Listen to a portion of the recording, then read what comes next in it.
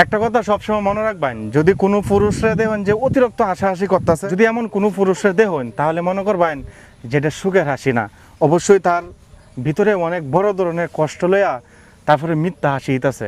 কারণ একটাই, কারণ পরিবারের সুখে রাখার লাগিয়া, পরিবারের মানুষের কাছ থেকে তার কষ্টটা দূর করার লাগিয়া তার প্রধান হাতিয়ার হইতেছে গিয়া মিথ্যা হাসি। কারণ পুরুষ সহজে কান্না করে না। আর যদি কোনো পুরুষের দেখুন হ্যাঁ কান্না করতেছে, তাহলে ধরে নিবেন এই পুরুষের সর্বোচ্চ তার পিঠ দেওয়ালে ঠেকে গেছে, তার আর কিছুই করার নাই, যার কারণে কিন্তু হ্যাঁ কান্না করতেছে। যাই হোক, এতক্ষণ ধৈর্য ধরে যারা ভিডিওটা এই পর্যন্ত দেখছেন, আর যারা পুরুষ আছেন আমার কথার মানেরা হয়তো খুঁজে পাইছেন, আর যারা আমার বোন আছেন আপনারা হয়তো অনেকেই বুঝবেন, কারণ আপনারা ভাই অথবা বাবা সবাই তো আছে, তারাও কিন্তু পুরুষ, যার কারণে এই কথার অর্থটি বুঝবেন আমি কী বোঝানোর চেষ্টা করছি।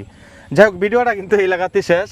যদি নামাজের টাইম হয়ে থাকে তাহলে মসজিদ বা আল্লাহর রাস্তায় পুরুষ যারা আছেন দৌড় দেওয়ান, আর যারা মহিলা আছেন আমার বুবু আছেন আপনারা মুসলাটা অথবা জানামাজটা বিছায় নামাজ শুরু করে দেওয়ান।